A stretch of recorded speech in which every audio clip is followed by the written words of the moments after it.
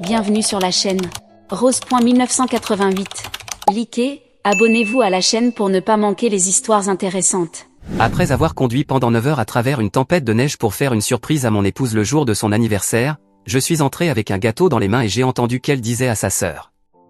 Je suis un homme de 33 ans et mon épouse, Abigail, a 31 ans. Nous sommes mariés depuis 7 ans.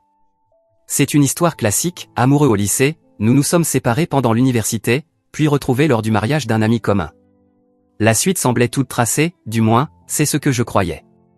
Depuis quelque temps, notre relation s'est dégradée. Abigail est devenue distante. Tout a commencé il y a environ 6 mois, lorsqu'elle a commencé à passer de plus en plus de temps avec sa sœur Mia et un nouveau groupe d'amis. Tous semblent conduire des voitures qu'ils ne peuvent pas réellement s'offrir et partir en vacances qu'ils n'ont pas les moyens de payer.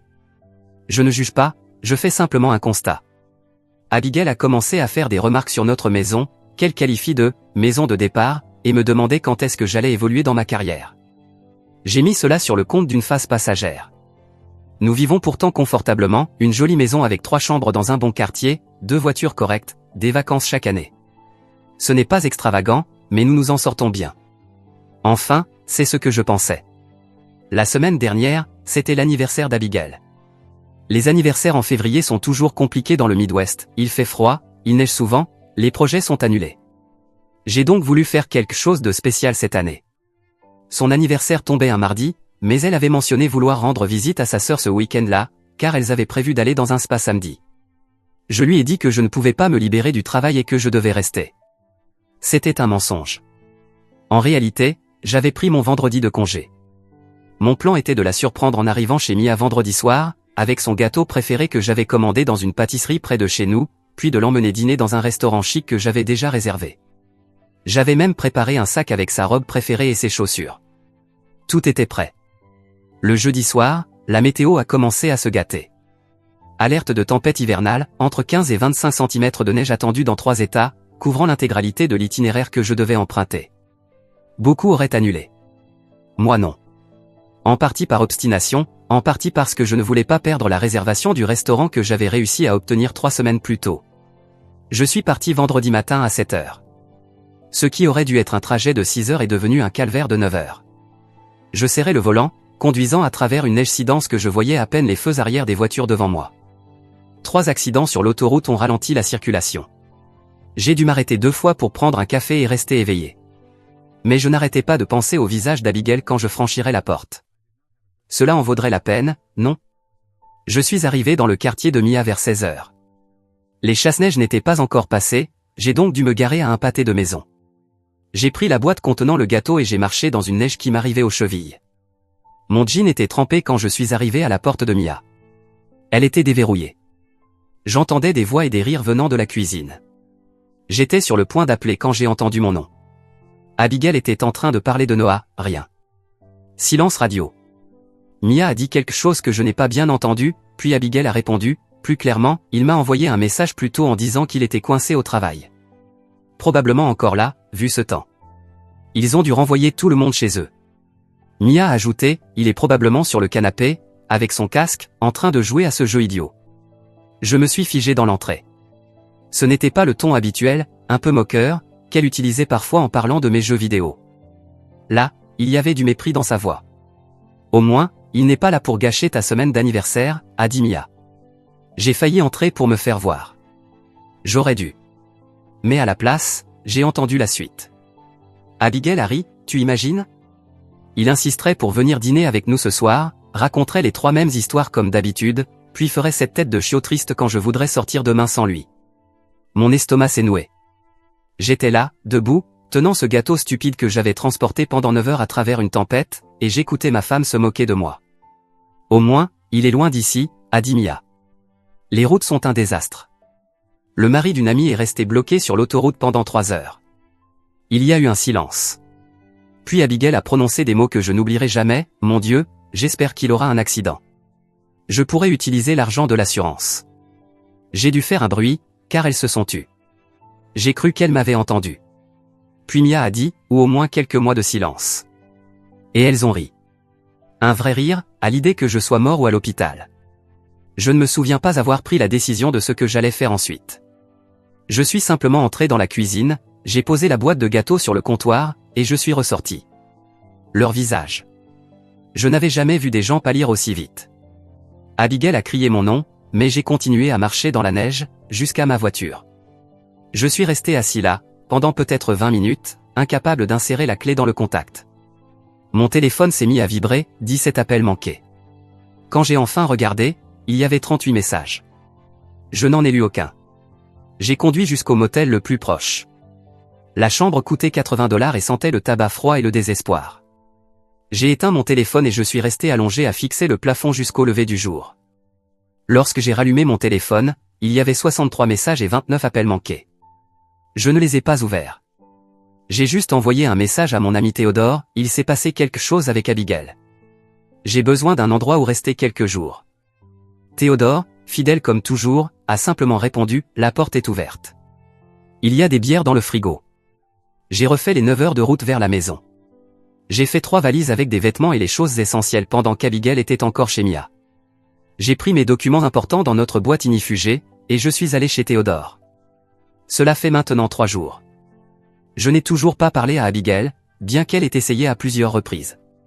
Elle a appelé depuis plusieurs numéros différents, laissé des messages vocaux allant des larmes à la colère, et elle s'est même présentée à mon travail hier. Mais je n'y étais pas. J'avais appelé pour dire que j'étais malade. Aujourd'hui, je suis allé à la banque. J'ai transféré la moitié de nos économies communes sur un nouveau compte à mon nom uniquement. J'ai gelé nos cartes de crédit partagées, changé tous mes mots de passe et informé mon patron que, pour cause d'urgence familiale, je devais travailler à distance pendant une semaine. Tout cela s'est fait de manière très méthodique, ce qui est étrange, car à l'intérieur, j'ai l'impression de tomber dans le vide.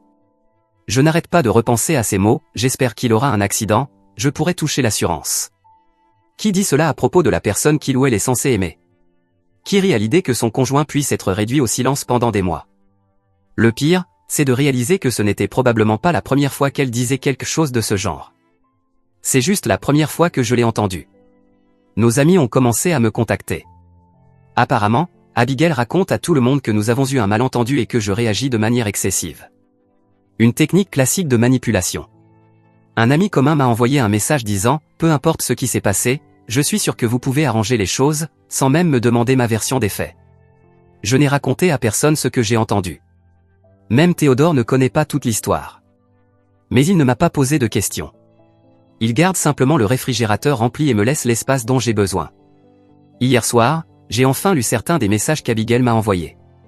Ils suivent un schéma prévisible, d'abord la confusion, où es-tu? Pourquoi es-tu parti? Ensuite la défense, c'était juste une blague, tu n'étais pas censé entendre ça. Puis vient la colère, tu es puéril, réponds à ton fichu téléphone. Suivi de la manipulation, je m'inquiète pour toi, fais-moi savoir si tu vas bien. Et enfin les menaces, si tu ne me rappelles pas, j'appelle la police pour te signaler comme disparu. Elle termine par de l'auto-apitoiement, je n'arrive pas à croire que tu me fasses ça pendant le week-end de mon anniversaire. Mais dans tout cela, pas une seule excuse sincère. Pas une seule reconnaissance de la gravité de ce qu'elle a dit. Après avoir lu ses messages, j'ai bloqué son numéro. Je ne suis pas prêt à lui parler. Peut-être que je ne le serai jamais. Aujourd'hui, j'ai rencontré un conseiller financier, Milton, recommandé par un collègue. Nous avons passé 2 heures à passer en revue nos finances. J'ai découvert certaines choses intéressantes, comme le fait qu'Abigail dépense entre 7 cents et 8 cents par mois en achats en ligne depuis 1 an. J'ai aussi appris qu'elle avait ouvert une carte de crédit de magasin à mon insu, avec un solde de $3000. Milton m'a aidé à élaborer un plan pour séparer nos finances aussi méthodiquement que possible. Tout est légal, rien de douteux, mais cela signifie qu'Abigail va recevoir un véritable électrochoc concernant ses habitudes de consommation. Le compte commun, que je n'ai pas touché, contient encore suffisamment d'argent pour payer l'hypothèque et les factures de ce mois-ci. Après cela, nous verrons. Je n'essaie pas de la laisser sans ressources, mais j'ai besoin qu'elle comprenne qu'il y a des conséquences à ses actes. Ce qui est fou, c'est que je me surprends encore à me demander si je ne réagis pas de manière excessive. Peut-être que c'était vraiment juste une blague? Mais ensuite, je me rappelle de son ton. De la légèreté avec laquelle elle a souhaité ma mort. Du rire qui a suivi. Et je sais que je ne me trompe pas. Théodore pense que je devrais lui parler, ne serait-ce que pour obtenir une forme de clôture émotionnelle. Il a peut-être raison. Mais pour le moment, je suis encore en train de digérer. En train d'essayer de comprendre qui est réellement la personne que j'ai épousée. Demain marquera le 4e jour de silence de ma part. Aujourd'hui, sa sœur Mia a essayé de m'appeler. Je n'ai pas répondu. Ensuite, notre voisine Lydia m'a envoyé un message pour dire qu'Abigail était devant notre maison, en train de pleurer sur le perron, parce que j'avais changé le code de la porte du garage. Une part de moi se sent coupable. Mais la plus grande partie ne ressent rien. Ce qui m'empêche vraiment de dormir la nuit, ce n'est même pas la remarque sur l'assurance. C'est le rire. La facilité avec laquelle elles ont trouvé cela drôle. Qui peut faire cela? Et depuis combien de temps pense-t-elle réellement comme ça? Je me suis aussi mis à repenser à la police d'assurance vie que nous avons souscrite il y a 3 ans. Elle n'est pas énorme, 500 000 $ mais suffisamment élevée pour que quelqu'un puisse espérer un accident. Demain, je vais appeler la compagnie d'assurance pour voir s'il est possible de changer le bénéficiaire. Je sais que ce texte devient long, mais l'écrire m'aide à y voir plus clair. Théodore a un ami avocat spécialisé en divorce. Nous devons prendre un café demain. Je ne sais pas encore si c'est dans cette direction que je vais aller, mais j'ai besoin de connaître mes options. Pour ceux qui se demandent ce que je vais faire ensuite. Je n'en ai aucune idée. Une partie de moi veut simplement disparaître, changer de numéro, déménager dans un autre état et recommencer à zéro. Mais cela ressemblerait à une fuite. Une autre partie de moi veut une confrontation. Veut voir son visage quand je lui répéterai ses propres mots. Veut qu'elle ressente ne serait-ce qu'un dixième de la douleur que je ressens. Mais surtout, je veux que ce vide dans ma poitrine disparaisse. Je veux cesser de voir son visage chaque fois que je ferme les yeux. Je veux arrêter d'entendre ses mots, et ce rire, en boucle dans ma tête. Pour l'instant, je prends les choses un jour après l'autre. Je garde la tête baissée, je fais mes plans, et je la laisse se demander où je suis, ce que je sais, et ce que je vais faire. Je continuerai à donner des nouvelles au fur et à mesure que les choses évoluent. Quoi qu'il en soit, merci de m'avoir permis de me confier. Parfois, Internet est le seul endroit où des inconnus acceptent simplement d'écouter sans chercher à tout réparer. Je suis toujours debout, je respire encore. Noah, mise à jour rapide. Pour ceux qui découvrent l'histoire, j'ai conduit 9 heures à travers une tempête de neige pour surprendre mon épouse Abigail chez sa sœur Mia, à l'occasion de son anniversaire. En arrivant, je l'ai entendu dire à Mia qu'elle espérait que j'aurais un accident pour toucher l'assurance. J'ai laissé le gâteau sur le comptoir et je suis parti. Cela fait maintenant 3 jours que je loge chez mon ami Théodore, ignorant ses appels et messages tout en organisant mes affaires financières. Beaucoup d'entre vous ont demandé des nouvelles quand les choses avanceraient, alors en voilà. Cela fait 1 semaine depuis mon dernier message, et 10 jours depuis que j'ai entendu ces mots qui tournent en boucle dans ma tête comme un son maudit sur TikTok. On dit que la colère finit par s'estomper. C'est ce que prétendent tous les podcasts de développement personnel que Théodore fait jouer dans la cuisine. La rage disparaît, laissant place à l'esprit clair pour prendre de meilleures décisions. J'attends encore ce moment. Mercredi dernier, 4e jour de silence, je me suis réveillé avec un plan. Pas un bon plan. Pas un plan sain. Mais un plan qui me semblait juste sur le moment. J'ai attendu 9h30, sachant qu'Abigail serait au travail, puis je suis retourné chez nous, avec 3 valises vides et le pick-up de Théodore. La maison était exactement comme je l'avais laissée, une tasse de café sur le comptoir, du courrier empilé près de la porte. Mais l'endroit semblait différent, étranger, comme si j'entrais sur un plateau de cinéma représentant ma vie, plutôt que dans la réalité. J'ai commencé par la chambre. J'ai emballé tous mes vêtements, sauf ceux qu'Abigail avait choisis pour moi. Je les ai laissés là, suspendus dans le placard comme des cocons abandonnés. J'ai pris la montre de ma grand-mère sur la commode, mes journaux intimes de l'étagère, le disque dur externe contenant toutes nos photos. C'était peut-être mesquin, mais c'est moi qui l'avais payé. Dans le bureau, j'ai démonté mon installation de jeux vidéo. J'ai laissé le bureau où nous l'avions choisi ensemble mais j'ai emporté la chaise. C'est moi qui l'avais achetée après qu'elle se soit plainte des roues grinçantes de l'ancienne. J'ai trouvé notre certificat de mariage dans le classeur, je l'ai pris aussi. Je ne sais pas pourquoi, cela me semblait important. Dans toute la maison, j'ai systématiquement effacé ma présence, mes livres, mes vinyles, mes outils dans le garage, cette sculpture en métal bizarre achetée à une foire d'art et qu'elle détestait. 4 heures passées à me retirer méthodiquement de notre vie commune. Ce que je n'ai pas emporté, tout ce que nous avions acheté ensemble. Le canapé choisi après 3 week-ends de recherche, la table de cuisine où nous avions partagé des milliers de repas, le lit dans lequel nous avions dormi, disputé, fait la paix, fait l'amour. J'ai laissé toutes nos photos encadrées là où elles étaient. Quelque chose dans l'idée qu'elle voit encore mon visage sourire depuis chaque mur, chaque surface, cela me semblait juste. Un rappel de ce qu'elle avait jeté. Avant de partir, j'ai fait 3 choses. D'abord, j'ai baissé le thermostat à 16 degrés Celsius. Abigail se plaignait toujours quand il faisait moins de 21. Ensuite, j'ai retiré l'ampoule du réfrigérateur. Un petit désagrément qu'elle ne remarquerait que dans quelques jours, mais qui l'énerverait à chaque ouverture nocturne. Enfin, j'ai changé le mot de passe du Wi-Fi en « J'espère qu'il y a un accident 2023 » et j'ai débranché la box. Des gestes mesquins, certes, mais autant de petites piqûres destinées à lui faire sentir mon absence dans une centaine de petits détails, bien avant qu'elle ne réalise l'ampleur du vide. En verrouillant la porte derrière moi, notre voisine Lydia était en train de récupérer son courrier.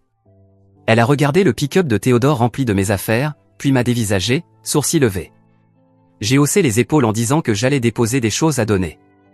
Elle ne m'a pas cru, ses yeux le disaient, mais elle a acquiescé avant de rentrer. Cette politesse du Midwest ne pas poser de questions gênantes, se mêler de ses affaires m'agace d'habitude, mais ce jour-là, j'étais reconnaissant. De retour chez Théodore, j'ai tout empilé dans son garage, sauf 2 valises de vêtements et d'essentiels que j'ai gardés à l'intérieur. Il m'a aidé à décharger sans poser de questions. Quand nous avons terminé, il m'a simplement tendu une bière et dit, parfois, la vie te frappe en pleine face. Jeudi a été consacré aux finances. Nouvelle rencontre avec Milton. Il avait rassemblé tous nos relevés et dressé un tableau qui m'a retourné l'estomac. Il s'est avéré qu'Abigail dépensait bien plus que je ne le pensais. Pas seulement la carte de crédit dont j'avais parlé, mais aussi des retraits en espèces sur notre compte joint, 3 cents $ ici, 5 cents là. Plus de 12 000 $ en un an, sans justificatif, sans trace d'achats identifiables. Milton m'a aidé à rédiger une lettre demandant officiellement la séparation financière. Ce n'était pas encore une demande de divorce, mais une déclaration claire selon laquelle je ne serais plus responsable des dettes qu'elle contracterait à l'avenir. La lettre a été envoyée par coursier à son lieu de travail. Mesquin? Peut-être. Efficace? Certainement. J'ai également annulé nos abonnements communs aux plateformes de streaming et autres services, changé les mots de passe de notre espace de stockage cloud où nous conservions nos documents importants, redirigé mon courrier vers une boîte postale. De petites coupures, systématiques, dans la toile de notre vie entrelacée. Vendredi matin, j'ai enfin consulté mes réseaux sociaux, 17 messages sur Facebook, 34 messages privés sur Instagram, même mon ancien compte Twitter montrait des notifications. Des gens s'inquiétaient pour moi, d'autres demandaient ce qui s'était passé avec Abigail, certains prenaient parti sans rien savoir. J'ai posté une seule chose, une photo d'un gâteau d'anniversaire à moitié mangé, posé sur un comptoir de cuisine. Pas de légende. Pas de contexte. Juste l'image. Moins d'1 heure plus tard, mon téléphone s'affolait. Des amis m'écrivaient pour comprendre. Abigail m'a appelé 6 fois en 20 minutes. Sa meilleure amie, Gilles, m'a envoyé un message disant qu'Abigail était très inquiète. Je n'ai répondu à personne. L'après-midi, j'ai rencontré Ramon, un collègue, pour lui expliquer que j'avais besoin de temps personnel. Il s'est montré étonnamment compréhensif. Il m'a juste demandé combien de temps il me fallait et si je pouvais gérer le projet Wilson à distance. J'ai accepté le projet, demandé 2 semaines. Il ne m'a pas interrogé davantage. Il m'a simplement tapé sur l'épaule et dit que parfois, prendre de la distance était le meilleur moyen de retrouver de la clarté. C'est le premier vrai conseil que j'ai reçu depuis que tout a commencé. Samedi a apporté la première véritable confrontation. J'étais au supermarché, devant le rayon des pizzas surgelées, essayant de me rappeler la marque préférée de Théodore, quand quelqu'un a appelé mon nom. Je me suis retourné, Mia, panier à la main, le visage pâle comme si elle avait vu un fantôme. Elle a commencé par les phrases attendues, qu'Abigail était morte d'inquiétude, que tout le monde se posait des questions, que je devrais au moins lui parler. Comme je ne répondais pas, son ton a changé. Elle m'a traité d'enfant, m'a dit que ce n'était qu'une blague entre sœurs, que j'exagérais. J'ai fini par parler. Je lui ai demandé, sans détour, si elle pensait qu'espérer la mort de son conjoint pour de l'argent était un sujet de plaisanterie entre sœurs. Je lui ai demandé si elle apprécierait que son petit ami entende quelque chose de similaire. Je lui ai rappelé que cette blague n'était que le sommet de mois entiers de mépris grandissant de la part d'Abigail. Elle n'a rien su répondre, balbutiant quelque chose à propos de malentendus, de contexte. J'ai reposé la pizza, abandonné mon chariot à moitié rempli dans l'allée, et je suis parti. Mesquin? Oui. Satisfaisant? Aussi. Dimanche a été calme. Théodore avait des amis pour regarder le match. Ils savaient tous qu'il se passait quelque chose, mais personne n'a posé de questions. Ils m'ont simplement passé une bière et fait de la place sur le canapé. Pendant 3 heures, je me suis presque senti normal. Puis lundi est arrivé, avec lui la réalité. Mon congé temporaire a commencé. La maison que j'avais partagée avec Abigail pendant 5 ans était à moitié vide, de l'autre côté de la ville. Mon téléphone affichait 15 appels manqués pendant la nuit. J'ai écouté un message vocal. Sa voix était différente, rauque, abîmée. Elle disait qu'elle ne dormait plus, que la maison paraissait étrange sans moi, qu'elle avait remarqué la disparition progressive de mes affaires, et que cela lui faisait peur. Elle m'a demandé si je comptais revenir un jour ou si je comptais ghoster tout notre mariage. Le fait qu'elle emploie ce terme, comme si notre relation n'était qu'une aventure Tinder qu'on peut quitter sans un mot, a fait naître quelque chose de plus dur en moi. J'ai envoyé un message à Théodore pour lui dire que j'allais faire un tour en voiture. Je me suis retrouvé garé devant notre maison, ma maison, la maison d'Abigail. J'y suis resté presque 1 heure. Sa voiture n'était pas là. La lumière du Porsche était allumée, bien qu'il fasse jour, comme si elle avait oublié de l'éteindre. La poubelle de recyclage débordait de bouteilles de vin. Je ne suis pas entré. Je suis juste resté là, à regarder. Je me demandais combien d'échéances hypothécaires il restait. Je me demandais si je devais vendre la maison et partager les bénéfices, ou bien essayer de racheter sa part. Je me demandais comment nous étions passés de pour toujours à des calculs dignes d'un audit judiciaire en seulement 10 jours. Mardi, j'ai reçu une autre mauvaise surprise. Une notification de notre compagnie de cartes de crédit m'informait d'une activité inhabituelle.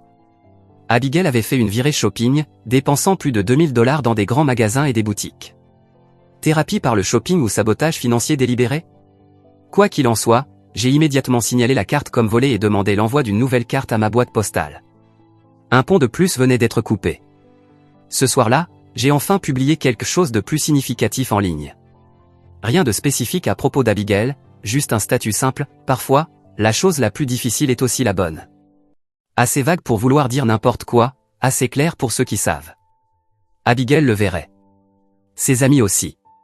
Le récit en ligne était en train de changer, de Noah est en train de craquer à il s'est vraiment passé quelque chose de grave. Mercredi marquait 2 semaines depuis le jour où j'avais entendu ces mots dans la cuisine de Mia. 2 semaines de silence de ma part. 2 semaines de tentatives de plus en plus désespérées de la part d'Abigail pour me joindre. Ce jour-là, j'ai rencontré un avocat recommandé par Théodore. Un homme sympathique, aussi nommé Milton Louis, le même prénom que mon conseiller financier, ce qui a prêté à confusion rapidement. Il m'a présenté mes options. Le divorce serait relativement simple, étant donné que nous n'avons pas d'enfants. Mais la maison et les finances restaient complexes. Il a suggéré une séparation formelle dans un premier temps, afin que chacun ait le temps de démêler les choses correctement. J'ai accepté, et il a rédigé les documents immédiatement. Il a dit pouvoir les faire livrer dès vendredi. La machine était en marche, et elle prenait de la vitesse avec chaque jour de silence. Jeudi, les choses ont pris une tournure plus directe. Je travaillais à distance, installé sur la table à manger de Théodore, lorsque la sonnette a retenti. Théodore a ouvert, puis est revenu, visiblement mal à l'aise.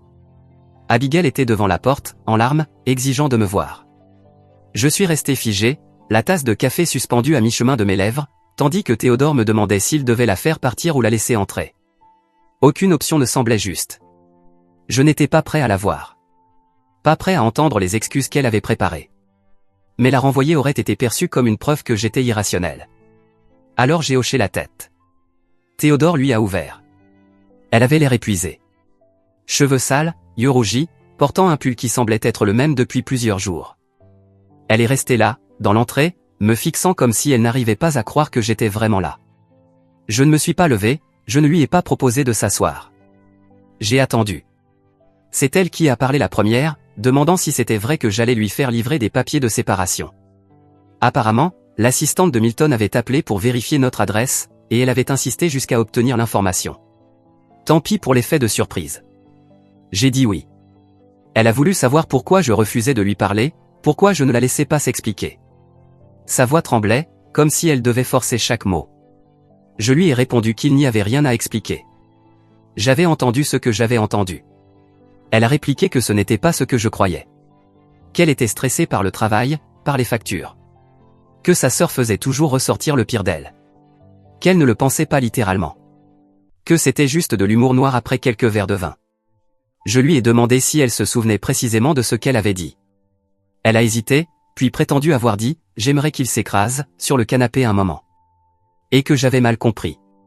C'est à ce moment-là que j'ai sorti mon téléphone et lancé l'enregistrement audio. Oui, j'avais une preuve. Pas parce que je l'avais prévu.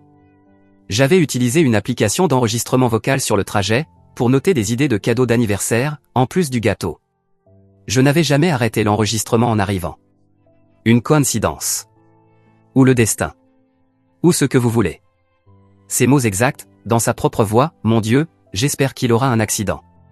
Je pourrais toucher l'assurance. » Puis la réponse de Mia, ou au moins quelques mois de silence. Et les rires qui ont suivi. La couleur a quitté le visage d'Abigail en entendant ses propres mots. Elle a tenté d'arracher le téléphone, je l'ai écarté. Elle s'est effondrée en pleurs, en disant que c'était sorti de son contexte, qu'elle ne le pensait pas, qu'elle ne me ferait jamais de mal. Je lui ai posé une seule question, m'aurais-tu parlé de cette conversation si je ne l'avais pas entendue moi-même? Son silence a suffi comme réponse. Théodore, qui s'était éclipsé à son arrivée, est revenu dans la pièce, proposant maladroitement de poursuivre cette conversation une autre fois, quand les émotions seraient moins vives. Abigail ne l'a pas écouté. Elle ne regardait que moi. Elle s'est mise à énumérer tout ce qu'elle avait compris pendant ces 2 semaines, à quel point elle dépendait de moi, à quel point la maison lui semblait vide, à quel point elle ne pouvait pas dormir seule dans notre lit. Qu'elle n'avait jamais voulu me faire de mal et qu'elle passerait le reste de sa vie à me le prouver, si seulement je rentrais. C'était une performance digne d'un Oscar. Les larmes, les mains tremblantes, la voix qui se brisait au bon moment. 2 semaines plus tôt, j'aurais peut-être été ému. Peut-être que je l'aurais cru. Mais quelque chose avait changé en moi. J'avais passé 14 jours à réfléchir non seulement à ce qu'elle avait dit, mais à pourquoi elle l'avait dit. Le mépris accumulé. La cruauté délibérée. La femme capable de rire en imaginant ma mort n'était pas celle que j'avais épousée. Alors je lui ai dit la vérité. Je ne savais pas si je pourrais un jour lui faire confiance de nouveau. Les papiers de séparation n'étaient pas une punition. Ils étaient une protection. Le moyen de me préserver pendant que je réfléchissais s'il restait encore quelque chose à sauver. Elle l'a mal pris. Elle a dit que je jetais cette année de mariage pour un simple commentaire idiot. Que tout le monde disait des choses qu'il ne pensait pas quand il était à bout. Mais que c'était moi qui étais cruel, en disparaissant ainsi et en l'ignorant. Je suis resté silencieux, laissant ses paroles glisser sans m'atteindre. Lorsqu'elle n'eut plus rien à dire, je l'ai informée que les papiers seraient livrés le lendemain, et qu'elle devait les lire attentivement avant de décider des prochaines étapes. Elle est partie en sanglotant, le mascara coulant le long de son visage.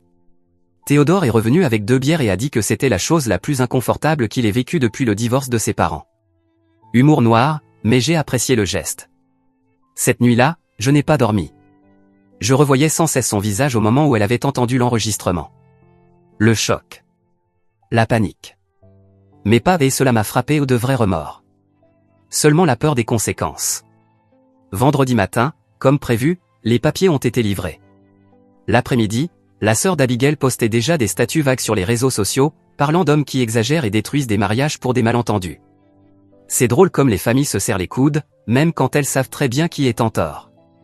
Mais quelque chose d'inattendu s'est aussi produit. Gilles, la meilleure amie d'Abigail, m'a envoyé un message. Un simple texto, disant qu'elle avait entendu toute l'histoire maintenant, y compris ce qu'Abigail avait réellement dit. Elle était désolée que je traverse cela. Elle m'a dit connaître Abigail depuis la fac, et l'avoir déjà entendu faire ce genre de remarques cinglantes à propos d'autres personnes. Elle a dit qu'elle avait déjà essayé de parler à Abigail de ce sujet auparavant, mais qu'elle avait été rejetée. C'était le premier message venant de l'entourage d'Abigail qui reconnaissait la légitimité de ma douleur, au lieu de chercher à la minimiser. Je n'ai pas répondu, mais cela m'est resté. Peut-être que le commentaire d'Abigail n'était pas une simple erreur de jugement, mais un aperçu de son vrai caractère. Peut-être que j'avais ignoré ou négligé des signaux d'alerte pendant des années. Le week-end s'est passé tranquillement. Théodore avait un rendez-vous, donc j'avais la maison pour moi tout seul. J'ai commandé une pizza, regardé une série de science-fiction qu'Abigail avait toujours refusé de regarder avec moi, et j'ai essayé de ne pas penser au fait que, dans une autre vie, dans une autre réalité, je serais à la maison avec ma femme, célébrant notre tradition mensuelle de soirée pizza et film. Dimanche soir, Abigail m'a envoyé un message avec seulement 2 mots, « Je suis désolé ». C'était la première véritable excuse en 17 jours, sans excuse supplémentaire, sans demande de discussion, juste ces 2 mots. Je n'ai pas répondu, mais j'y ai réfléchi plus longtemps que je ne l'aurais dû. Lundi matin, 18e jour de cette nouvelle réalité, je me suis réveillé pour trouver Abigail assise dans sa voiture devant chez Théodore, juste là, à me regarder. Théodore l'a repéré le premier et me l'a signalé par la fenêtre de la cuisine. Je l'ai appelée et lui ai demandé ce qu'elle faisait. Elle a répondu qu'elle avait juste besoin de me voir, de savoir que j'allais vraiment bien, qu'elle ne s'approcherait pas de la maison ni ne ferait de scène, qu'elle avait juste besoin d'une confirmation visuelle. C'était à la fois inquiétant et curieusement touchant. Je lui ai dit de rentrer chez elle, que cela ne nous aidait ni l'un ni l'autre. Elle m'a demandé si j'avais lu son message. J'ai répondu que oui. Elle m'a demandé si je croyais qu'elle était sincèrement désolée. J'ai dit que je ne savais pas. Puis elle a posé la question que je redoutais, est-ce que tu vas demander le divorce? Je lui ai dit la vérité, je n'avais pas encore pris ma décision. Elle est restée dans sa voiture encore 1 heure, avant de finalement repartir. Théodore m'a suggéré de changer les serrures de la maison, au cas où. J'ai accepté et nous avons passé l'après-midi à installer de nouvelles poignées de porte. Encore une petite coupure dans nos vies entremêlées. Aujourd'hui marque 3 semaines depuis cette nuit chez Mia, 3 semaines de silence, de séparation, et de tri dans les décombres de ce que je pensais être un mariage solide. Je ne dors pas très bien. Il me manque des petites choses, la façon dont Abigail achetait toujours le bon café, même s'il était plus cher, la manière dont elle chantait faux sous la douche chaque matin, sa collection ridicule de chaussettes en laine qui finissait toujours de mon côté du lit. Mais je ne regrette pas le mépris grandissant que je réalise maintenant avoir été présent pendant des mois. Je ne regrette pas d'avoir dû marcher sur des œufs pour éviter de déclencher ses humeurs. Je ne regrette pas les remarques subtiles qu'elle avait faites et que j'avais ignorées, pensant que c'était simplement son sens de l'humour. Les papiers de séparation ont été signés et déposés. L'avocat dit que nous sommes officiellement en période de séparation légale, une période de 6 mois où nous restons techniquement mariés, mais vivons séparés, avec nos finances officiellement séparées. À la fin de ces 6 mois, soit nous nous réconcilions, soit nous procédons avec le divorce. Il y a 3 semaines, je n'aurais pas hésité à dire que la réconciliation était impossible. Aujourd'hui, je suis moins sûr, non pas parce que je lui ai pardonné, mais parce que démêler un mariage de 7 ans est compliqué.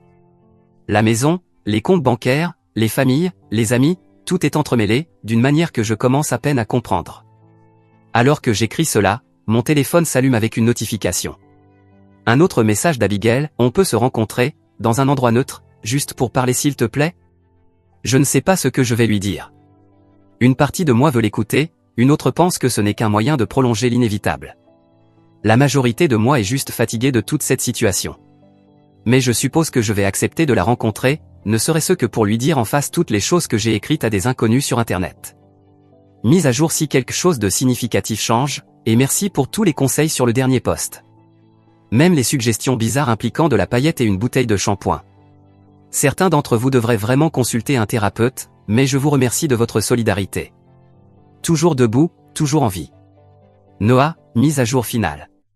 Cela fait exactement 25 jours depuis que j'ai laissé ce gâteau sur le comptoir. 25 jours de silence, de séparation, et de responsabilités d'adultes plus nombreuses que je n'en aurais jamais voulu. Cela sera probablement ma dernière mise à jour, car il n'y a que tant de façons de disséquer un mariage mort avant que même Internet ne se lasse. Tout d'abord, merci pour tous les commentaires et messages privés, oui, même celui de la suggestion bizarre. Non, je n'ai pas suivi le conseil de mettre des poissons dans nos bouches d'aération. Vous êtes des sauvages. Quant à la réunion au café, je suis arrivé 15 minutes à l'avance, car l'anxiété me rend ponctuel. Le café Groundwork au centre-ville, à 14 h un jeudi, ce qui signifie qu'il y avait assez de monde pour couvrir les bruits de fond, mais pas trop pour qu'on puisse nous entendre. J'ai choisi une table dans un coin, commandé un café noir que je n'avais pas envie de boire, et j'ai attendu. Abigail est arrivée exactement à l'heure, pas 5 minutes en retard comme d'habitude. Ses cheveux coiffés, un léger maquillage, portant le pull bleu que je lui avais offert le Noël précédent, tous des choix stratégiques, j'en suis sûr. La première chose qu'elle a dite en s'asseyant n'a pas été un salut, mais qu'elle avait perdu 7 livres depuis que je suis parti. Elle a lancé ça comme si cela signifiait quelque chose, comme si la perte de poids liée au stress pouvait être un indicateur dans une relation. Un classique d'Abigail. Je ne l'ai pas reconnue, j'ai simplement demandé pourquoi elle voulait qu'on se rencontre. Elle avait préparé des notes. Des notes manuscrites sur un bloc-notes jaune. Le spectacle était tellement inattendu que j'ai failli rire. Cette femme, qui aurait plutôt préféré mourir que de faire une liste de courses, avait dressé une liste à puces pour ce que cette conversation était censée être. Son premier point, elle était désolée. Vraiment désolée, profondément désolée pour ce qu'elle avait dit. C'était cruel et irréfléchi, et elle ne le pensait pas. Elle avait été stressée par le travail, contrariée de voir que je manquais son week-end d'anniversaire, ou du moins, c'est ce qu'elle pensait, et avait bu du vin avec Mia tout l'après-midi. Les mots étaient juste sortis. Je lui ai demandé pourquoi elle avait ri après avoir sursauté, comme si je lui avais jeté de l'eau au visage. Elle a répondu que c'était un rire nerveux, que Mia faisait toujours ressortir son pire côté, que c'était une tentative stupide de paraître cool et edgy devant sa sœur. Deuxième point, elle avait pris notre relation pour acquise. Elle était devenue trop confortable dans la sécurité que je lui avais apportée, dans la stabilité. Elle avait cessé d'apprécier tout ce que je faisais et avait commencé à se concentrer sur ce que je ne faisais pas. Troisième point, les 3 dernières semaines avaient été une prise de conscience. Elle avait réalisé à quel point elle dépendait de moi, pas seulement financièrement, bien que cela fasse partie du problème. Au moins elle était honnête, mais c'était aussi émotionnel. Elle a dit que la maison était trop silencieuse, qu'elle avait commencé à parler toute seule juste pour entendre une voix. 4e point, elle voulait essayer la thérapie de couple. Elle avait déjà trouvé quelqu'un spécialisé dans la reconstruction de la confiance après une trahison. Elle avait pris un rendez-vous préliminaire pour la semaine prochaine, et me demandait si je voulais bien y réfléchir. Pendant tout cela, je suis resté là, à siroter mon café devenu froid, observant son visage. Je cherchais des signes chez la femme qui, d'un ton détaché, avait souhaité ma mort. Est-ce que cette performance était un vrai remords ou simplement un jeu? Je n'arrivais toujours pas à dire. Quand elle eut fini de lire ses remarques préparées, elle posa le bloc-notes et me regarda directement, pour la première fois, et me demanda ce que j'en pensais. Je lui répondis que je pensais aux univers parallèles, à la façon dont, dans une autre réalité, je n'avais jamais conduit à travers cette tempête de neige, que je n'avais jamais entendu ce qu'elle avait dit, et que j'aurais continué à vivre dans une ignorance heureuse, dormant à côté de quelqu'un qui pouvait rire à l'idée de ma mort. Elle se mit à pleurer, mais pas les pleurs théâtraux que j'avais vus dans le salon de Théodore. Des larmes silencieuses qu'elle essuyait sans cesse avec un mouchoir, comme si elles étaient une gêne. J'ai exposé mes conditions, non pas des points de négociation, mais des faits. La séparation se poursuivrait pendant les 6 mois complets, comme prévu. Je ne reviendrai pas vivre chez nous pendant cette période. Je ne disais pas que la réconciliation était impossible, mais je ne disais pas non plus à la thérapie de couple. J'avais besoin de temps. Elle acquiesça à tout cela, comme si chaque mot était un petit coup qu'elle absorbait. Quand j'eus terminé, elle me demanda juste si je la détestais. Ce qui était étrange, c'est que je ne la détestais pas. Je n'ai toujours pas cette haine. Il y a de la colère, de la déception, de la douleur, mais pas de haine. Je lui ai dit cela. Elle sembla vraiment surprise. Elle dit qu'elle s'était dit à elle-même que je devais la haïr pour la rejeter aussi complètement. Elle ajouta que c'était presque pire que je ne la déteste pas, car cela signifiait que je ne m'en souciais plus assez pour ressentir une émotion aussi forte. Ça m'a fait mal, parce que ce n'était pas entièrement faux. La conversation s'est terminée après ça. Nous avons convenu de communiquer par email, pour les affaires pratiques comme la maison et les factures. Elle continuerait à payer l'hypothèque, puisque son nom y figurait aussi. Je continuerai à payer ma part des charges. Nous réévaluerions la situation au bout de 3 mois de séparation. Quand nous nous sommes levés pour partir, elle hésita, puis me demanda si elle pouvait me faire un câlin. J'ai dit non. Elle acquiesça, comme si elle s'y attendait, prit ses affaires et partit. Je suis resté là encore une demi-heure, à réfléchir à quel point c'était surréaliste d'avoir une conversation aussi administrative avec quelqu'un que tu as vu pleurer de manière désespérée, quelqu'un qui t'a tenu la tête quand tu avais une intoxication alimentaire, quelqu'un qui connaissait chaque histoire embarrassante et stupide de ton enfance. C'est en résumé en points sur un bloc-notes jaune. La vie a continué son étrange nouvelle routine après cela. J'ai prolongé mon arrangement de travail à distance jusqu'à la fin du mois. La chambre d'amis de Théodore est devenue moins temporaire, à mesure que j'ai acheté un bon matelas et accroché quelques photos. J'ai mis en place une routine, course matinale, travail, salle de sport 3 fois par semaine, cuisine du soir avec Théodore quand nos horaires se croisaient. La stratégie silencieuse a continué à porter ses fruits. Avec peu de contact de ma part, Abigail semblait vraiment réfléchir sur elle-même. Sa sœur Mia m'a envoyé un message étonnamment humble, une semaine après notre rencontre au café. Elle m'a dit qu'elle avait été une mauvaise influence sur Abigail pendant des années, qu'elle lui avait conseillé d'être brutalement honnête, et que, honnête, était devenue une forme tordue de lien entre sœurs. Elle a dit qu'elle était dégoûtée d'elle-même d'avoir ri ce jour-là. Elle n'a pas demandé pardon, elle voulait juste que je sache qu'elle reconnaissait son rôle dans cette situation. Je n'ai pas répondu, mais j'ai pris des captures d'écran. Pas pour en tirer profit, juste pour me rappeler que je n'étais pas fou de me sentir trahi. Pendant ce temps, la pression financière commençait à se faire sentir plus fort que prévu. L'ami d'Abigail, Gilles, m'a contacté à nouveau. Elle m'a dit qu'Abigail avait du mal à maintenir son mode de vie avec son seul revenu. Elle avait dû annuler son abonnement mensuel au spa et chercher un colocataire pour l'aider avec l'hypothèque, mais ne voulait pas vraiment faire entrer quelqu'un chez elle, car elle espérait toujours que je reviendrais. J'ai noté la tentative de manipulation, l'utilisation d'une amie pour me faire culpabiliser, mais je n'ai pas mordu à l'hameçon. J'ai remercié Gilles pour l'information. Mise à jour, Abigail était libre de contacter mon avocat si elle voulait discuter des arrangements financiers. Autour du jour 30, quelque chose dans l'attitude d'Abigail a changé. Ses emails sont devenus moins émotionnels, plus pratiques. Elle a commencé à vendre certaines de ses affaires les plus chères, comme des vêtements et des sacs sur des applications de revente, à se débarrasser de sa deuxième voiture, la décapotable pratique qu'elle avait insisté pour acheter l'été dernier. Elle a même mentionné dans un email qu'elle envisageait de suivre des cours pour augmenter ses revenus. C'était comme regarder quelqu'un grandir en accéléré. Étrangement, je me sentais fier d'elle, même si je restais déterminé à ne pas la sauver. Le jour 35 a apporté un tournant inattendu. Je suis allé chercher le courrier à ma boîte postale et j'y ai trouvé une enveloppe épaisse en provenance d'Abigail. À l'intérieur se trouvait une lettre manuscrite, 10 pages recto verso, et une clé USB. La lettre était essentiellement une chronologie de notre relation, de son point de vue, chaque moment important, bon ou mauvais, la demande en mariage au bord du lac, notre première grande dispute à propos de ses dépenses, la fausse couche de la 3e année que nous n'avions jamais vraiment abordée correctement, le changement progressif de la manière dont elle me voyait, passant de partenaire à pourvoyeur, puis à obstacle. C'était brutalement honnête, d'une manière que nos véritables conversations n'avaient jamais été. Elle avouait en vouloir à mon contentement avec notre vie, alors qu'elle en voulait toujours plus. Elle avouait aussi comparer notre mode de vie à celui de ses amis, même si elle savait qu'elle se noyait dans les dettes pour maintenir des apparences. Elle confiait avoir flirté avec son collègue Jason l'année dernière, bien qu'elle jure qu'il n'y avait rien eu de physique. La clé USB contenait des fichiers audio, des enregistrements de ses séances de thérapie, apparemment avec l'autorisation de son thérapeute. Je n'en ai écouté qu'un, je n'ai pas pu en supporter plus. Entendre ses réflexions sur notre mariage avec un inconnu, entendre la confusion véritable dans sa voix quand elle essayait d'expliquer pourquoi elle avait dit ce qu'elle avait dit à propos de l'argent de l'assurance, c'était trop intime, trop brut. J'ai supprimé les fichiers et mis la lettre dans ma boîte de documents, ne sachant pas si je la relirais un jour, mais il m'a semblé qu'il serait mal de la jeter. Le jour 40 a apporté un autre développement. Je suis tombé sur notre voisine Lydia dans un magasin de bricolage. Elle m'a mentionné qu'Abigail organisait une sorte de réunion hebdomadaire chez elle, pas des soirées, mais des réunions. Elle a dit qu'il y avait toujours 6 ou 7 voitures devant la maison les mercredis soirs. La curiosité m'a pris le dessus. Ce mercredi-là, je me suis garé un pâté de maison plus loin et j'ai observé. Cette femmes sont arrivées entre 18h et 18h30, tout autour de l'âge d'Abigail, certaines que je reconnaissais comme ses amies, d'autres des inconnus. Je ne suis pas allé les voir, ce serait bizarre, mais j'ai envoyé un message à Gilles après, lui demandant, de manière casuale, ce qu'Abigail faisait ces jours-ci.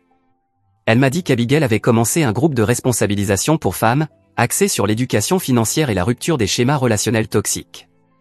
Ce n'est pas ce à quoi je m'attendais. Autour du jour 45, la dynamique des réseaux sociaux a radicalement changé. Mia, qui était restée conspicuement silencieuse sur notre situation en ligne, a posté un long statut sur le soutien qu'elle apportait à sa sœur pendant son éveil, l'aidant à reconnaître les schémas destructeurs. Elle a tagué Abigail, qui a répondu par un simple « Je t'aime », mais ce voyage est à partager quand je serai prête. Cela a attiré l'attention de nos amis communs. Soudainement, des gens qui m'avaient laissé de l'espace ont commencé à me contacter, demandant ce qui se passait. Les rumeurs ont commencé à circuler, quelqu'un a entendu dire qu'Abigail était en cure de désintoxication, ce qui était faux. D'autres ont dit que j'avais vidé nos comptes et l'avais laissé démunie, ce qui était également faux. Encore une autre personne a affirmé que nous avions des problèmes depuis des années et que la séparation était mutuelle. Partiellement vrai, je suppose. J'ai gardé le silence, laissant les gens se demander. Le jour 50 a marqué un moment significatif. Pour la première fois depuis mon départ, je suis retourné à la maison pendant qu'Abigail y était. J'avais besoin de récupérer mon équipement d'hiver dans le garage. Le printemps du Minnesota est un mensonge, et nous avons eu 15 cm de neige pendant la nuit. Je lui ai d'abord envoyé un message pour vérifier si cela convenait. Elle a répondu immédiatement, disant qu'elle serait à la maison toute la journée à travailler sur un projet. En arrivant dans l'allée, c'était surréaliste. Le gazon avait besoin d'être tondu, les parterres de fleurs étaient laissés à l'abandon, de petits signes de mon absence. Abigail est venue me rencontrer à la porte, mais n'a pas insisté. Elle a juste dit de prendre tout le temps dont j'avais besoin, puis elle s'est retirée dans la cuisine, où elle semblait être en train de peindre quelque chose. La maison avait un air différent, sentait différemment aussi. Moins comme mon détergent à linge, et plus comme l'appareil à huiles essentielles qu'elle avait toujours voulu utiliser, mais que je trouvais trop fort. Les photos avaient été réarrangées, quelques meubles déplacés, pas de façon drastique, mais suffisamment pour que je le remarque. Dans le garage, j'ai trouvé mes affaires d'hiver soigneusement mises dans des boîtes étiquetées. Ce n'était pas un rangement fait à la hâte, mais un rangement soigné. Elle avait même inclus des choses que j'avais oubliées, comme mon écharpe préférée, les gants chers que ma mère m'avait offerts il y a 2 Noëls. En chargeant les boîtes dans ma voiture, Abigail est sortie avec une tasse de café et m'a demandé si je voulais voir ce sur quoi elle travaillait à l'intérieur. Aucune pression, juste une proposition. La curiosité a pris le dessus, je l'ai suivie jusqu'à la cuisine où elle avait aménagé un petit studio d'art. Elle peignait des panneaux en bois avec des citations inspirantes, des choses qu'elle se moquait autrefois des gens qui achetaient chez Target. Elle semblait presque gênée en expliquant que c'était thérapeutique et qu'elle en avait vendu quelques-uns sur un marché fermier local. Nous avons parlé pendant environ 15 minutes, de choses superficielles, la météo, l'anniversaire de ses parents, le chauffe-eau qui faisait encore ce bruit de claquement. Une conversation normale entre deux personnes qui partageaient tout autrefois. En partant, elle a dit quelque chose qui est resté avec moi. Elle a dit qu'elle avait lu sur le deuil et qu'elle se rendait compte qu'elle faisait le deuil de notre mariage tout en espérant le sauver, et que ces deux choses se contredisaient dans sa tête. J'ai hoché la tête, lui disant que je comprenais, car je ressentais aussi cette même contradiction. C'était l'échange le plus honnête que nous ayons eu en des années. Le jour 60 a apporté une clarté financière. En rencontrant Milton, le conseiller financier, pas l'avocat, toujours déroutant, j'ai appris qu'Abigail respectait notre accord. Pas de nouvelles dettes communes, des paiements réguliers sur ses cartes de crédit personnel. Elle avait même remboursé cette carte de magasin dont je n'étais pas au courant. Milton a suggéré qu'il était peut-être temps de discuter d'arrangements financiers plus permanents, selon la direction que je prendrais concernant la réconciliation. À ce moment-là, je me suis rendu compte que je n'avais pas activement réfléchi à ce choix depuis des semaines. J'étais tellement concentré sur le maintien des frontières que j'avais évité la question plus importante. J'ai donc fait une liste, pros et contre, comme quand on doit décider quelle voiture acheter ou quelle offre d'emploi accepter. Sauf que cette fois, il s'agissait de savoir si je devais tenter de sauver un mariage de 7 ans ou tout laisser tomber définitivement. La liste n'a pas aidé. Certaines choses ne peuvent pas être quantifiées. Le jour 70, Théodore a annoncé qu'il voyait quelqu'un de manière sérieuse, au point qu'il parlait de vivre ensemble. Pas immédiatement, mais dans quelques mois. Il m'a assuré que je pouvais rester aussi longtemps que je voulais, mais le sous-texte était clair, il était temps de trouver un arrangement plus permanent. Ce week-end-là, j'ai visité 3 appartements et signé un bail de 6 mois pour le deuxième, un appartement d'une chambre, à proximité du centre-ville, une cuisine décente, un nouveau départ. J'ai informé Abigail par email. Elle a répondu par une seule ligne, je comprends, mais la porte ici reste ouverte. Le jour du déménagement est arrivé, le jour 75. Théodore m'a aidé, ainsi que 2 autres amis, pour 4 heures de portage de boîtes et de meubles, 3 étages à monter, car l'ascenseur était en panne. Nous avons commandé des pizzas et de la bière après, inaugurant l'endroit avec un pique-nique improvisé dans le salon, puisque je n'avais pas encore acheté de table à manger. Cette nuit-là, seul dans mon nouvel appartement, j'ai enfin ouvert le dossier de photos sur mon disque dur externe, 7 ans de souvenirs, de vacances, de fêtes, de moments quotidiens, Abigail riant à quelque chose hors caméra, Abigail dormant avec la bouche légèrement ouverte, Abigail dans les premiers temps, me regardant comme si je lui avais donné la lune. Je n'ai pas pleuré, je suis juste resté là, ressentant tout le poids de ce que nous avions construit et tout ce que nous avions perdu. Le jour 80, j'ai reçu un email d'Abigail, me demandant si nous pouvions nous rencontrer à nouveau. Elle voulait discuter de ce qui se passerait à la fin de notre séparation de 6 mois, même si cela n'était encore que dans 3 mois. Mais elle voulait être préparée à toutes les éventualités. Nous nous sommes rencontrés dans un autre café, un terrain neutre. Elle avait l'air bien, en bonne santé, avait coupé ses cheveux à la longueur des épaules, portait peu de maquillage et des vêtements simples, jeans, pull, bottes. Le sac à main de créateur flashy avait été remplacé par un sac en toile. La conversation a été directe. Elle m'a demandé si j'étais enclin à la réconciliation ou au divorce. Je lui ai dit honnêtement que je n'avais pas encore décidé. Elle m'a demandé ce que je voulais. Elle m'a dit qu'elle voulait essayer à nouveau, mais seulement si je pouvais vraiment lui pardonner, pas juste dire les mots tout en gardant du ressentiment. Elle a dit qu'elle avait changé au cours des 11 dernières semaines, qu'elle était toujours en train de changer, et qu'elle voulait l'occasion de me montrer cette personne, plutôt que de me parler d'elle. Je lui ai dit que je croyais qu'elle avait changé, que moi aussi, j'avais changé. Je lui ai dit que je n'étais pas sûr si nous étions encore compatibles, ou si nous avions évolué dans des directions différentes. Elle a hoché la tête et a dit que c'était juste. Puis elle m'a tendu une enveloppe scellée, disant qu'elle contenait ces conditions proposées pour les 2 résultats possibles, la réconciliation ou le divorce. Elle m'a demandé de la lire quand j'étais prêt et de lui faire part de mes pensées. Je l'ai ouverte 3 jours plus tard. À l'intérieur se trouvait le document le plus mûr et raisonnable que j'aurais pu imaginer, venant de quelqu'un qui se battait pour son mariage tout en se préparant à sa fin. Pour la réconciliation, 6 mois de thérapie de couple avant la cohabitation, une transparence financière totale des 2 côtés, des bilans réguliers sur la satisfaction dans la relation, des discussions annuelles sur les objectifs et les progrès. Pour le divorce, une division équitable des biens basée sur les contributions plutôt que strictement 50-50e. Elle achèterait ma part de la maison à la valeur du marché, sans pension alimentaire dans aucun des 2 cas, une rupture nette avec un minimum d'intervention juridique si possible. C'était clair, pragmatique, est complètement différent de l'Abigail qui m'avait souhaité la mort pour l'argent de l'assurance 3 mois plus tôt. J'ai envoyé un email en lui disant que les deux ensembles de conditions me semblaient raisonnables et j'ai demandé du temps pour prendre ma décision. Elle a répondu par un simple « Prends tout le temps qu'il te faut ». Le jour 90, aujourd'hui, 3 mois depuis que j'ai entendu ces mots dans la cuisine de Mia, 3 mois de silence, de séparation, de réflexion et de croissance. J'ai réfléchi au gâteau, à celui que j'avais laissé sur le comptoir de Mia, le gâteau d'anniversaire. C'était censé célébrer le moment où tout a changé. Cet après-midi, je suis allé à la même pâtisserie, j'ai acheté le même gâteau, j'ai conduit jusqu'à mon nouvel appartement et l'ai posé sur mon nouveau comptoir. Puis, j'ai pris une photo et je l'ai envoyée à Abigail, le premier message direct que je lui envoyais depuis 90 jours. Elle m'a appelé immédiatement, j'ai laissé son appel aller à la messagerie. Puis j'ai coupé une part de gâteau. Je me suis assis sur mon canapé d'occasion et j'ai écouté son message. Elle n'a pas supplié, elle n'a pas fait d'assomption, elle a simplement dit qu'elle comprenait le symbolisme. Elle a ajouté qu'elle accepterait ma décision, quelle qu'elle soit, et qu'elle était fière de la manière dont j'avais géré toute cette situation, avec dignité et non avec destruction. Elle s'est excusée à nouveau, sans s'attendre à un pardon, mais offrant ses excuses tout de même. Je rencontre l'avocat demain.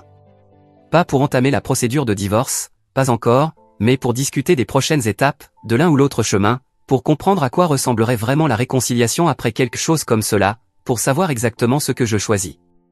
Ce soir, je finirai ce gâteau seul. Non pas par tristesse, mais parce que certains voyages doivent être faits en solitaire. Je ne sais pas si Abigail et moi avons un avenir ensemble. La blessure qu'elle a infligée était profonde. La confiance qu'elle a brisée ne sera pas facile à reconstruire. Mais ce que je sais, c'est que peu importe ma décision, elle viendra d'un endroit de force plutôt que de peur, de clarté plutôt que de confusion.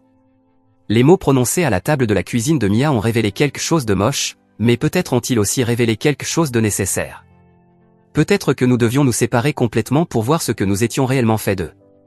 Ou peut-être que certaines choses, une fois brisées, doivent rester ainsi. Quoi qu'il en soit, je suis en paix avec ce processus.